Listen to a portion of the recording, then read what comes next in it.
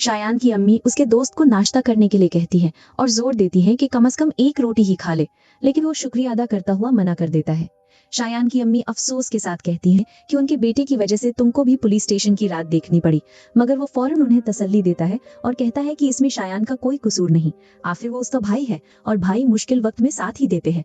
शायान भी अपनी अम्मी को समझाता है कि दोस्ती का हक अदा करना हर इंसान का फर्ज होता है। वो कहता है कि अगर उसके वालिद गांव ना गए होते और शहर में मौजूद होते तो किसी की हिम्मत ना होती कि उस या उसके दोस्त पर हाथ उठाता।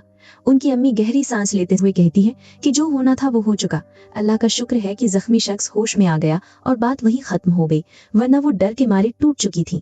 लेकिन इसी सुकून के दरमियान अचानक सब कुछ बदल जाता है।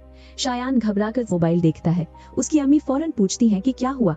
शायान मोबाइल स्क्रीन उनके सामने कर देता है। सोशल मीडिया पर एक वीडियो तेजी से वायरल हो चुकी होती है। वीडियो में आवाज गूंज रही होती है कि यही वो संगदिल इंसान है जिसने एक्सीडेंट करने के बाद जख्मी आदमी को सड़क पर तड़पता छोड़ दिया और खुद भाग गया। इतना ही नहीं, उसने अपना जुर्म एक मासूम लड़के के सर डाल दिया। वीडियो में प्रोटेस्ट करने वाले लोग कसम खा रहे होते हैं कि जब तक असल मुजरिम को सजा नहीं मिलती वो चैन से नहीं बैठेंगे। ये सब देखकर घर का माहौल फिर से सख्त हो जाता है। शायान गुस्से से भर उठता है और फौरन कहता है कि ये सब अनस की वजह से हुआ है। उसका यकीन होता है कि यूनिवर्सिटी के स्टूडेंट्स को भड़काने वाला भी अनस ही था। वो गुस्से में कहता है कि अनस को फौरन बुलाओ, आज उससे पूछा जाएगा कि उसने ये सब क्यों किया। मगर उसकी अम्मी बताती है कि अनस घर पर ही नहीं है, वो यूनिवर्सिटी गया हुआ है। इसी बेचैनी के दरमियान आमिर का फोन आ जाता है। फोन पर आमिर कहता है कि वो घर के बाहर खड़ा है। शायान की अम्मी फौरन कहती है कि उसे अंदर बुलाओ। शायान पहले मना करता है, मगर अम्मी के जोर देने पर मजबूरन बाहर निकल जाता है। सबके चेहरों पर परेशानी साफ नजर आ रही होती है। किसी को समझ नहीं आ रहा होता कि आमिर अचानक किस खबर के साथ घर आया है। दूसरी तरफ यूनिवर्सिटी में अनस अपनी असाइनमेंट फाइल लेकर परेशान खड़ा होता है। उसके दोस्त उसे समझाते हैं कि प्रोफेसर को सिर्फ फाइल और स्टूडेंट की अटेंडेंस चाहिए, इसलिए बिना बहस के फाइल जमा करवा दो। लेकिन अनस के जहन में एक ही सवाल घूम रहा होता है, आखिर ये असाइनमेंट किसने तैयार की है। उसके दोस्त उसे कहते हैं कि जिसने भी बनाई हो, अब तुम्हारा काम हो चुका है, बस फाइल सबमिट कर दो और बात खत्म करो। मगर अनस साफ इनकार कर देता है। वो कहता है कि वो किसी और की मेहनत और ईमानदारी का हक अपने नाम से कभी जमा नहीं कर सकता, ये उसके उसूलों के खिलाफ है। उसके दोस्त उसे समझाते हैं कि ये सेमेस्टर का पहला प्रोजेक्ट है और इसी के पूरे 10 नंबर है। सब जानते हैं कि अनस कितना लायक स्टूडेंट है, इसीलिए वो नहीं चाहते कि उसके एकेडमिक्स को नुकसान पहुंचे। इसीलिए वो दोबारा कहते हैं कि फाइल ले लो और सबमिट कर दो। इसी दरमियान पूछती है कि कहीं ये असाइनमेंट तुमने तो नहीं बनाई। अंसा मुस्कुराकर कहती है कि नहीं, लेकिन फिर वो अनस की तरफ देखकर एक और सवाल करती है, अगर ये फाइल वाकई मैंने बनाई होती तो क्या तब भी तुम इसे कबूल ना करते। अनस बगैर झिझक जवाब देता है कि बात अंसा की नहीं है, मसला सिर्फ इतना है कि वो किसी दूसरे की मेहनत पर अपना नाम लिखकर जमा नहीं कर सकता, ये उसके जमीर और उसूलों दोनों के खिलाफ है। इसी बीच घर पर आमिर सबको एक बड़ी खबर सुनाता है। वो बताता है कि फहम कुरैशी ने मुकदमा वापस ले लिया है। सब हैरान रह जाते हैं। आमिर कहता है कि वो तो ये खुशखबरी देने आया था, मगर वायरल वीडियो देखकर सबका ध्यान ही कहीं और चला गया। वो हैरानी से पूछता है कि आखिर फहम कुरैशी पर किसने ऐसा असर कर दिया। कल तक जो हर हाल में बदला लेना चाहता था, आज उसने अचानक पूरा केस ही खत्म कर दिया। शायान की अम्मी भी हैरान होती है। वो बताती है कि उन लोगों ने कितनी मिन्नतें की थी, कितनी बार माफी मांगी थी, लेकिन ना फहम माना और ना उसकी वालिदा। शायान के वालिद कहते हैं कि अल्लाह का शुक्र है कि जख्मी आदमी ठीक हो गया, वरना अमीर और अजल और रसूख वाले लोगों के केस सालों तक अदालतों में चलते रहते हैं। फिर वो वायरल वीडियो को नजरअंदाज करते हुए कहते हैं कि सोशल मीडिया का शोर भी कुछ ही दिन का मेहमान होता है, लोग जल्द ही सब कुछ भूल जाएंगे। लेकिन शायान ये बात सुनकर खामोश नहीं रहता। उसकी आंखों में गुस्सा साफ नजर आ रहा होता है। वो कहता है कि शायद दुनिया भूल जाए, लेकिन वो कभी नहीं भूलेगा और न ही यूनिवर्सिटी वालों को माफ करेगा और न ही उस लड़की को। दूसरी तरफ आरिफ को खुर्शीद अंकल का पैगाम मिलता है और वो फौरन उनसे मिलने चला जाता है। सफर की थकान उसके चेहरे पर साफ नजर आ रही होती है। दुकान पर पहुंचते ही वो साफ अल्फाज में कहता है कि वो बहुत थक चुका है और अब दुकान के किसी मसले में पड़ना नहीं चाहता। अगर किसी को दुकान ठीक करवानी है तो खुद कर ले। खुर्शीद अंकल उसकी बात खामोशी से सुनते हैं और फिर कहते हैं कि जब जमील ने दुकान और घर दोनों बच्चों ने बराबर तकसीम करने का फैसला किया था, तब उन्होंने उसे रोकना चाहा था, लेकिन आज उन्हें एहसास हो गया है कि जमील बिल्कुल ठीक था। बाप अपने बेटे की फितरत को सबसे बेहतर पहचानता है। आरिफ फौरन बात काट देता है। वो कहता है कि वो उनकी बहुत इज्जत करता है, लेकिन इस वक्त बहनों के हुकूक पर कोई बात सुनना नहीं चाहता। खुर्शीद अंकल उसकी तरफ देखकर कहते हैं कि उन्होंने उसे बहनों के हुकूक समझाने के लिए नहीं बुलाया, बल्कि सिर्फ इतना बताना था कि जिसका हक था वो अपना हक ले चुकी है। आरिफ हैरान होकर पूछता है कि इसका क्या मतलब है। खुर्शीद अंकल बताते हैं कि सुबह अंसा उनके पास आई थी। वो रो रही थी और अपनी फीस जमा करने के लिए एडवांस किराए की दरख्वास्त कर रही थी, लेकिन वो उसे किराया कैसे देते जब आरिफ पहले ही वो किराया उनसे ले चुका था। ये सुनकर आरिफ पूछता है कि क्या अंसा को सब कुछ बता दिया गया। खुर्शीद अंकल कहते हैं कि सिर्फ इतना ही नहीं हुआ, उन्होंने अंसा को 6 महीने के एडवांस किराए का चेक भी दे दिया है ताकि वो अपनी फीस अदा कर सके। आरिफ एकदम हैरान रह जाता है। फिर खुर्शीद अंकल बताते हैं कि ये फैसला उन्होंने तन्हा नहीं किया, ये मामला यूनियन के प्रेसिडेंट के सामने रखा गया था। उनके फैसले के मुताबिक पहले 6 महीने का किराया उन्हें दिया जाएगा ताकि उनका कर्ज उतार सके। उसके बाद क्योंकि दुकान की मिल्कियत में आरिफ और अंसा दोनों का नाम मौजूद है, इसलिए 1 महीने का किराया आरिफ को और अगले महीने का किराया अंसा को दिया जाएगा। अगर आरिफ को इस बात पर यकीन न हो तो वो खुद यूनियन प्रेसिडेंट से तस्दीक कर सकता है। हर बात लिखित तौर पर तय हो चुकी है। इधर यूनिवर्सिटी में अंसा की मुलाकात अनस से होती है। अनस उसका शुक्रिया अदा करना चाहता है, लेकिन अंसा फौरन उसे रोक देती है। वो कहती है कि उसे शुक्रिया बिल्कुल नहीं चाहिए, सबसे पहले अनस को माफी मांगनी होगी। अनस हैरान होकर पूछता है कि माफी किस बात की। अंसा उसे याद दिलाती है कि उसके रवैये ने उन सब की मेहनत और कोशिशों की तौहीन की थी। उसकी वजह से उन सब का दिन का सुकून और रात की नींद छिन गई। पुलिस स्टेशन में अनस के लिए वो सब परेशान रहे, अपने घर वालों के ताने भी सुने, और इतनी सब कुर्बानियों के बाद अनस सिर्फ सॉरी कहकर सब कुछ खत्म करना चाहता था। अनस नरमी से कहता है कि उसे अपनी गलती का एहसास है। वो मानता है कि अगर आज वो आजाद सांस ले रहा है तो सिर्फ उनकी कोशिशों की वजह से। यूनिवर्सिटी में दूसरी तरफ प्रोजेक्ट के मार्क्स अनाउंस होते हैं। माहम को 6.5 मार्क्स मिलते हैं। फिर सबकी नजरें अंसा पर टिक जाती हैं। सबको यकीन होता है कि हमेशा की तरह इस बार भी वो सबसे ज्यादा मार्क्स लाएगी। जब उसका रिजल्ट बताया जाता है तो उसे 8.5 मार्क्स मिलते हैं। अंसा फौरन हैरानी से पूछती है कि बाकी 1.5 मार्क्स कहाँ गए। इसी दौरान किसी को याद आता है कि अनस के मार्क्स भी देखने चाहिए, लेकिन अनस बेदिली से कहता है कि उसे अपने मार्क्स जानने में कोई दिलचस्पी नहीं। दोस्तों की देखने पर पता चलता है कि अनस को पूरे 10 में से 10 मार्क्स मिले हैं। ये सुनते ही सब हैरान रह जाते हैं। अंसा कहती है कि उसके साथ बहुत बड़ा जुल्म हुआ है। वो मजाक में कहती है कि प्रोफेसर के पास जाकर कंप्लेंट करनी चाहिए कि उसके साथ इंसाफ नहीं हुआ। दोस्त उसका मजाक उड़ाते रहते हैं और अंसा पुरानी याद सुनाती है कि मैट्रिक में भी उसने एक लड़की की मदद की थी और उस लड़की ने उससे ज्यादा मार्क्स ले लिए थे। सब उसकी बात सुनकर हंसने लगते हैं, जबकि अंसा बार बार कहती रहती है कि उसका दिल टूट गया है। इसी हंसी मजाक के दरमियान अनस अंसा की तरफ देखकर कहता है कि उसे उसका असाइनमेंट नहीं बनाना चाहिए था। अंसा मुस्कुराकर जवाब देती है कि अगर उसके मार्क्स कम ना आते और अनस के ज्यादा ना आते तो शायद वो ये समझता कि उसने ईमानदारी से काम नहीं किया। फिर अंसा के दोस्त ऑफर करते हैं कि अगर अंसा चाहे तो वो उसे गाड़ी में घर छोड़ सकते हैं, लेकिन अंसा फौरन मना कर देती है। वो कहती है कि अगर उसकी भाभी ने देख लिया कि वो किसी लड़के के साथ आई है तो वो उससे बहुत सवाल करेगी, कि देखकर तो नहीं लगता कि अंसा किसी से डरती होगी। इस पर अंसा संजीदगी से जवाब देती है कि वो सिर्फ अपनी इज्जत और अपनी साख के मामले में डरती है।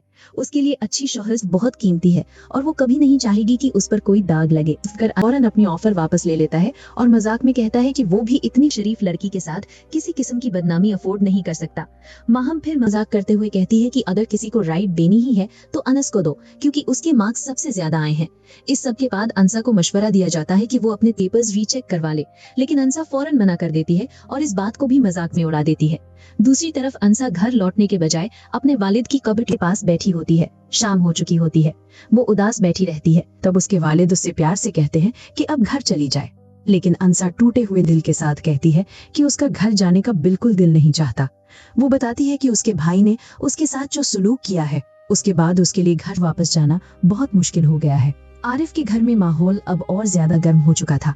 आरिफ ने गुस्से में सीधा अंसा से कहा कि वो उसके दिए हुए सारे पैसे फौरन वापस करे। उसके नजदीक अंसा ने उसकी बात का कोई लिहाज नहीं रखा था और उसने सबके सामने उसकी बेइज्जती करवाई थी, लेकिन अंसा ने पूरी तसल्ली के साथ जवाब दिया। उसने फौरन अपनी फीस की रिसीट निकालकर आरिफ के सामने रख दी और बताया कि 80,000 रुपए यूनिवर्सिटी की फीस में जमा हो चुके हैं। सिर्फ इतना ही नहीं, बल्कि 40,000 रुपए उसने अपने अकाउंट में भी बचा कर रखे हैं। ये सुनते ही आरिफ और उसकी बीवी और भी गुस्से में आ गए। उन्होंने इल्जाम लगाया कि तालीम के बहाने वो ऐश करना चाहती है और पैसे उड़ा रही है। मगर अंसा ने पहली बार अपनी जिंदगी की वो हकीकत बयान की जो शायद किसी ने कभी सोची भी नहीं थी। उसने कहा कि वालिद के इंतकाल के बाद उसने लंच करना तक छोड़ दिया था। कभी कभी उसके पास सिर्फ 70 रुपए की चाय लेने के पैसे भी नहीं होते थे। फिर उसने एक ऐसा सवाल पूछा जिसने सबको खामोश कर दिया। उसने कहा कि घर के बच्चों को तो पॉकेट मनी मिलती है, लेकिन कभी किसी ने उससे 50 रुपए देकर ये तक नहीं पूछा कि तुमने कुछ खाया भी है या नहीं। जब भाभी ने कहा कि बच्चे उनकी जिम्मेदारी है, तो अंसा ने फौरन पूछा, और मैं किसकी जिम्मेदारी हूँ। लेकिन आरिफ का दिल फिर भी नहीं पिघला। उसने साफ कह दिया कि अंसा 1,30,000 रुपए ले चुकी है और अब अपनी जिम्मेदारी खुद संभाले। तब अंसा ने एक और सच सामने रख दिया। उसने याद दिलाया कि उसके नाम पर पैसे सिर्फ उसने ही नहीं लिए थे, बल्कि आरिफ भी उसकी फीस के बहाने पहले ही पैसे ले चुका था। फिर बात वालिद की बचत तक पहुंच गई। आरिफ ने दावा किया कि वालिद की सारी सेविंग उनके इलाज पर खर्च हो गई थी और उसने वालिद का कर्ज भी अदा किया था। लेकिन अंसा ने फौरन इस बात की भी तस्दीक कर दी। उसने कहा कि जनाजे के वक्त सबके सामने ऐलान हुआ था कि अगर किसी का भी पैसा बाकी हो तो सामने आ जाए, मगर कोई भी कर्ज सामने नहीं आया था, यानी जमीर साहब किसी के मकरूज नहीं थे। फिर अंसा ने अपने भाई को देखते हुए कहा कि उनके वालिद एक ईमानदार और कनात पसंद इंसान थे, काश आरिफ भी उन्हीं की तरह होता। ये बात सुनते ही आरिफ का गुस्सा आसमान को छू गया। उसने अंसा को धमकी दी कि वो उसकी जबान काट देगा, मगर इस बार अंसा भी पीछे हटने वाली नहीं थी। उसने सिर्फ एक जुमला कहा, अगर कल आपका बेटा भी अपनी बहनों के साथ वही सुलूक करे जो आज आप मेरे साथ कर रहे हैं, तब क्या होगा। ये अल्फाज सुनते ही आरिफ का गुस्सा और भड़क गया और वो अंसा की तरफ बढ़ने लगा।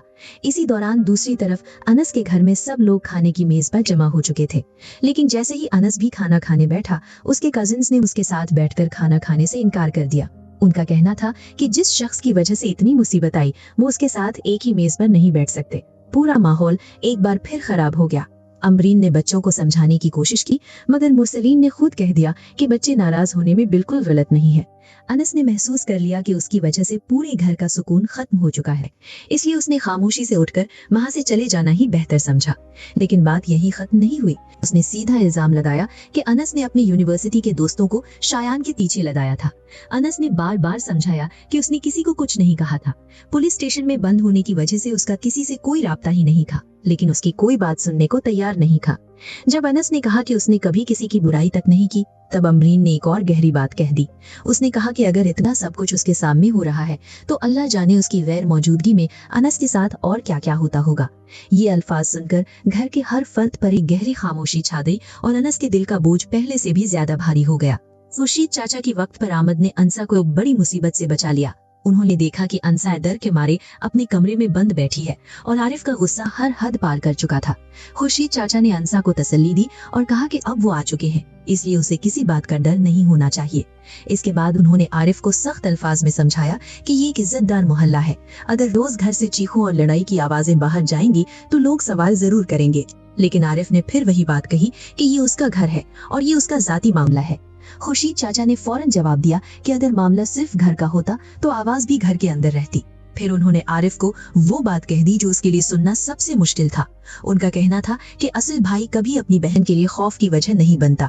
भाई तो बहन की पनाह होता है, लेकिन यहाँ तो हालात उलट चुके हैं। उन्होंने अफसोस के साथ कहा कि अंसा अपने ही भाई से डरकर कमरे में बंद बैठी है।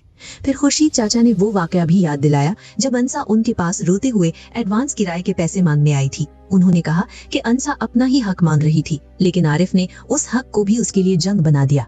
आरिफ ने फिर एतराज उठाया कि वालिद ने जायदाद की तकसीम गलत की थी और उसके साथ नाइंसाफी हुई थी, मगर खुर्शीद चाचा ने उसकी ये बात भी वही रोक दी। उन्होंने साफ कहा कि विरासत की तकसीम और चीज होती है, लेकिन जिंदा इंसान अपनी मिल्कियत जिस तरह चाहे तकसीम कर सकता है। जमीर साहब ने जो फैसला किया था वो सोच समझ कर किया था। उन्होंने आरिफ को याद दिलाया कि बाप ने उसकी फितरत को पहचान लिया था, इसीलिए अंसा का मुस्तकबिल महफूज करना जरूरी समझा था। खुर्शीद चाचा ने यहाँ तक कह दिया कि आरिफ को अपनी बहन की हिफाजत और जिम्मेदारी उठानी चाहिए थी, लेकिन अफसोस के साथ वो उसी के हक पर नजर रख रहा है। आखिर में उन्होंने खुली तंबीह भी दे दी।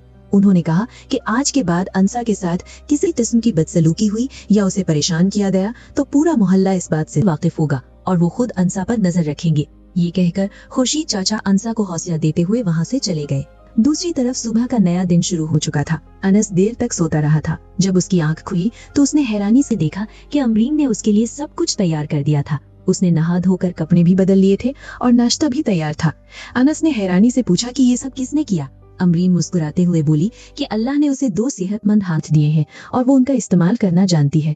फिर बात यूनिवर्सिटी की तरफ चली गई। दादा जान ने कहा कि वो अनस के उन दोस्तों का शुक्राना अदा करना चाहते हैं जिन्होंने मुश्किल वक्त में उसका साथ दिया। अनस ने पहले यूनिवर्सिटी जाने से कतराने की कोशिश की, फिर कहा कि वो उन सब के फोन नंबर्स दे देता है। उसने अहमर और आजान के नंबर्स अमरीन को दे दिए ताकि बाद में उनसे बात की जा सके। लेकिन जब अमरीन ने मजाक में पूछा कि किसी लड़की का नंबर भी है या नहीं, तो अनस मुस्कुराते हुए बोला कि उसके पास किसी भी लड़की का नंबर नहीं है। ये जवाब सुनकर घर वालों के चेहरों पर भी मुस्कुराहट आ गई और माहौल काफी हल्का हो गया। नाश्ता तैयार था। अमरीन ने दवा और पानी अनस के वालिद के सामने रखा। तब उन्होंने एक ऐसी बात कही जिसने सबको इमोशनल कर दिया। उन्होंने बताया कि अनस को उनकी हर दवा याद रहती है, कौन सी दवा किस वक्त और कितनी लेनी है, ये सब उसे ज़बानी याद है। फिर उन्होंने अपने मरहूम बेटे मुश्तबा को याद करते हुए कहा कि जिस तरह बेटा उनका ख्याल रखता था, बिल्कुल उसी तरह अनस भी उनकी हर जरूरत का ख्याल रखता है। उनके अल्फाज से साफ महसूस हो रहा था कि उन्हें अपने बेटे की कमी जरूर महसूस होती है, लेकिन अनस उस कमी को पूरी कोशिश के साथ पूरा कर रहा है। यहीं पर एपिसोड 6 का ये हिस्सा खत्म होता है।